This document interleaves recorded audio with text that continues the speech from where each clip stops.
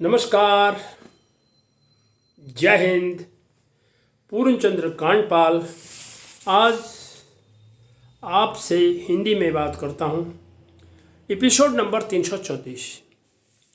आज थोड़ा सा उस किताब की चर्चा कर लेता हूँ, उस ग्रंथ की चर्चा कर लेता हूँ जिसको आप सब जानते हैं। जी हाँ, ये रामचरितमानस तुलसीदास जी ने लगभग 500 वर्ष पहले लिखा था, जब हमारे देश में अकबर का राज्य था हुआ करता, मुगल बादशाह अकबर। उस दौरान में मैं भी इसको कभी यदा कदा पढ़ लेता हूँ, पर मैं इसको लाल कपड़े में लपेट के नहीं रखता। मैं इसको अपनी पुस्तकालय में रखता हूँ, जब मर्जी करा पढ़ लिया, कोई प्रतिबंध नहीं है, ऐसा कुछ नहीं है। मैंने इसको 1996 में दिल्ली में पुरानी दिल्ली रेलवे स्टेशन से ख़रीदा था। कुछ उद्देश्य था, जानना चाहता था। कम से कम हमारे दो महाकाव्य हैं, महाभारत और रामायण, हमने इनको जानना चाहिए। इनका साहित्यिक पक्ष बड़ा है, इनमें बहुत कुछ चीज़ें हैं हमें जो सीखनी चाहिए, जैसे कि रामचंद्र जी की मर्यादा, कृष्ण योगेश्वर का ज्ञान। तो इन सब चीज़ों को ध्यान में रखते हुए तो मैं आज आपको एक चौपाई के साथ में बात करना चाहता हूँ, सुनिएगा।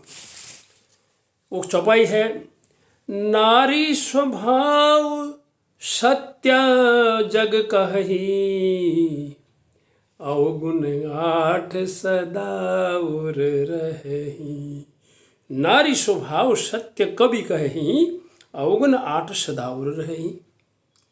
ये क्या बात कर रहा हूँ, क्या कह रहा हूँ? मैं तो 60% महिलाओं के बारे में लिखा है अब तक के 34 किताबों में, जितना 40 साल में जो लिखा है।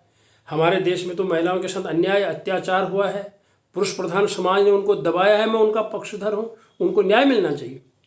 लेकिन ये कहाँ की बात आ गई? ये 500 वर्ष पहले की जो बात है, लंका कांड में ये बात तुलसीदास जी ने कहाँ पर कह दी, ये मैं आपको बताना चाहता हूँ। जब मंदोदरी उनको समझा रही थी, अपने पति रावण को, कि आप ये अच्छा नहीं कर रहे हैं, उनकी पत्नी को लौटा दो, ये उल्टे पुल्टे काम मत करो। रावण को गुस्सा आ गया और उन्होंने कहा वो बड़े शक्तिशाली हैं रामचंद्र, तुमको तुम्हारा टैटू दबा के छोड़ देंगे, तुमको मार देंगे। तो तुलसी उसको आ गया गुस्सा, रावण को बोलने लगा कि अच्छा, पराए मर्द की, उसकी तू उस जो जोगी के राज भेष में घूम रहा है, और उसकी तो प्रशंसा मेरे सामने करती है।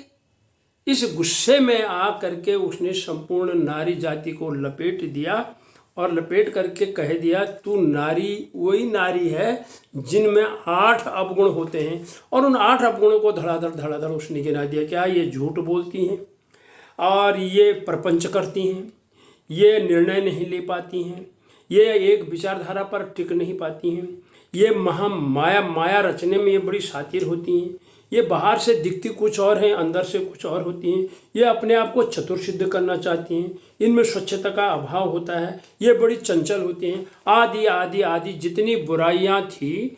रावण अपनी पत्नी के माध्यम को करके कह रहा कि नारी, और सारी नारी को उसने लपेट दिया इसमें। अब सारी नारी कैसे हो जाएंगी?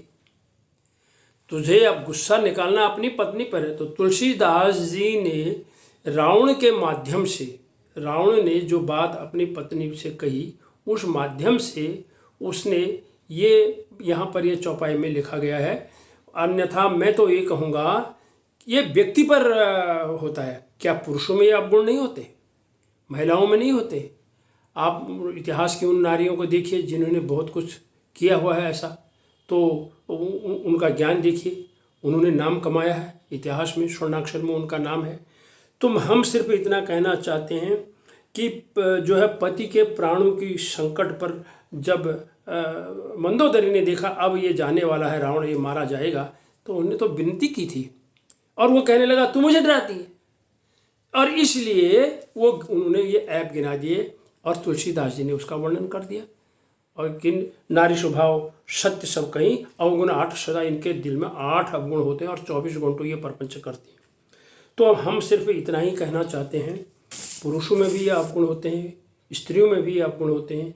ये होता है व्यक्ति पर कि वो व्यक्ति कैसा है। आज के युग को हम देख रहे हैं, ये तो 500 वर्ष पहले की बात है। आज के युग में आप देखिए हमारे साथ नारी कहाँ पर पीछे है, किस क्षेत्र में पीछे हैं। कई क्षेत्र में वो हमसे बहुत आगे हैं, और जो ये अवगुण गिना रहे हैं, ये छल, प्रपंच, कपट, ये सारी चीज़ें क्या ये पुरुषों में नहीं होती?